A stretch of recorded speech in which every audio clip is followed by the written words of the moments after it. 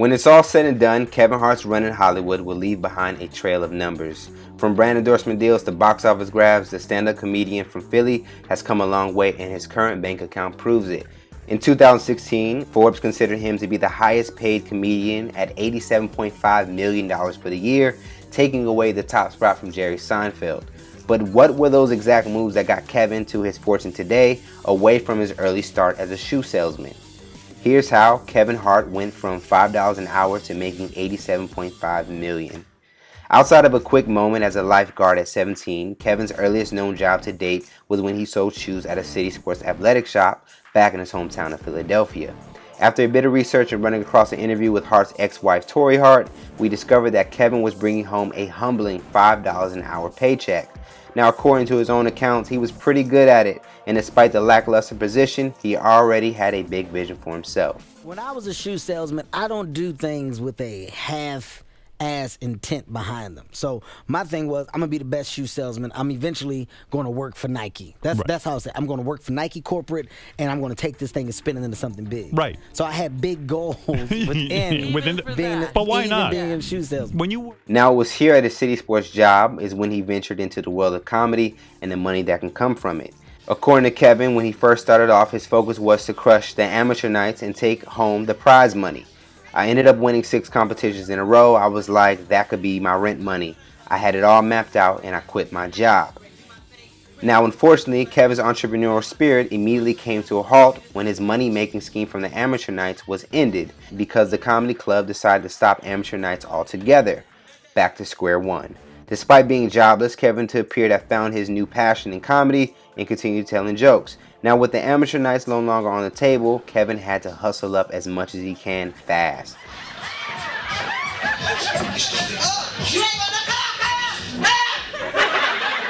A comedian starting off in a comedy club can literally make nothing to about $50 per performance. Now, around this time is when Kevin partnered up with his biggest investor yet, Nancy Hart, his late mother. Miss Hart wanted to support her son in his new dream of stand-up comedy, so she helped remove his worries about paying rent. It is on record that Miss Hart paid for 6 months of Kevin's rent as he looked to make a name for himself in comedy. Soon after that, the ball got rolling and Kevin was doing shows across the state line. He made enough to stay a full-time comedian. Now fast forward to 2002 when Kevin landed his first major role, Paper Soldiers, with Dame Dash and Jay-Z's Rockefeller. Well, we checked it out. Now we checking in. Rob from the rich. You gonna pick the lock? Yeah, I'm a locksmith. I didn't know that. Give to themselves. Oh, look at that. Dropped a lot of my money. I can't stand when I drop like 30,000 like that. You see that? And get the girl. You must not know, and they can get own this. Really? Half. Like this half. Didn't get paid much, but at the time, I didn't deserve much. Now here's where Hart's business sense kicked in. Despite not walking away with a big payday for his Paper Soldiers role, he saw the promotional value the film had for his brand. As the film became a classic in the hood and elsewhere, Kevin started to piece together a tour using his new reach for the film. To keep the momentum going, he then turned his Paper Soldiers role into an acting reel that would end up landing him his first manager and agent in Los Angeles. Now enters the movie money. From 2002 to about 2005, Kevin would end up doing 5 separate projects, all while maintaining his stand-up hustle. It wasn't until 2004 that Kevin's reach and brand went to new heights with a starring role in Soul Plane. Despite the highly publicized comedy only making $14 million at the box office, it gave Hart more promotional value. After Soul Plane, things did get cold for Kevin, and he decided to hit the stand-up road even harder. My TV show got canceled, and Soul Plane flopped. You know, I was stuck just sitting by the phone, literally, and conversations with my managers every day. What's going on? Hey, well, can I get an audition? Oh, I'm going in for an audition. How did I do? Did they call back? Did they like me? No, they didn't. Oh, God, what else? What else is next? It was a sense of urgency. But I hated the fact that I had no control.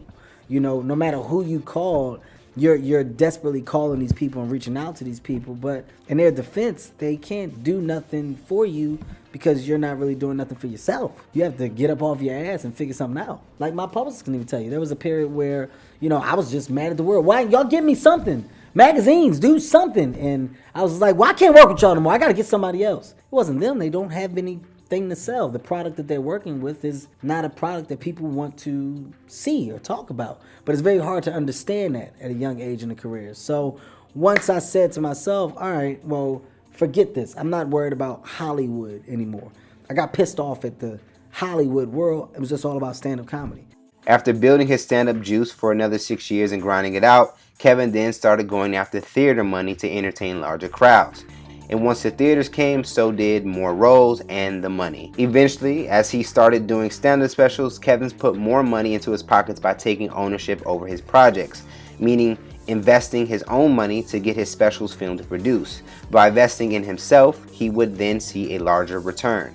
So as his career was expanding, so was his social media presence. Kevin has become a pioneer when it comes to comedians using social media. Some may see it as a way to connect with their fans, while Hart sees it as promotional tools and bargaining chips. It was discovered that Kevin has further monetized his online reach by charging a service fee to promote certain projects through his social media. According to some leaked emails over at Sony, Kevin was reportedly paid $2 million extra just to tweet about a film. Now, thanks to his online presence, companies looking to further push their brand started to partner up with Hart for their campaigns as well. Most visibly, we've seen Hart do deals with Vitamin Water, H&M, Nike, Ford, Verizon, underwear company Tommy John, Fandango, the list goes on, and he's doing all of these deals while touring. For his 2016 tour, Kevin grossed about $1 million on average with each show. That year, he performed a little over 100 times. So with the touring, movies, TV shows, social media, his own company, campaigns, shoe deal with Nike, and books, you can see why he is the $87.5 million comedian. Just think, it all started with encouragement, hard work, smart moves, and patience along the way. Now the shoe salesman who was making $5 an hour has his own shoe.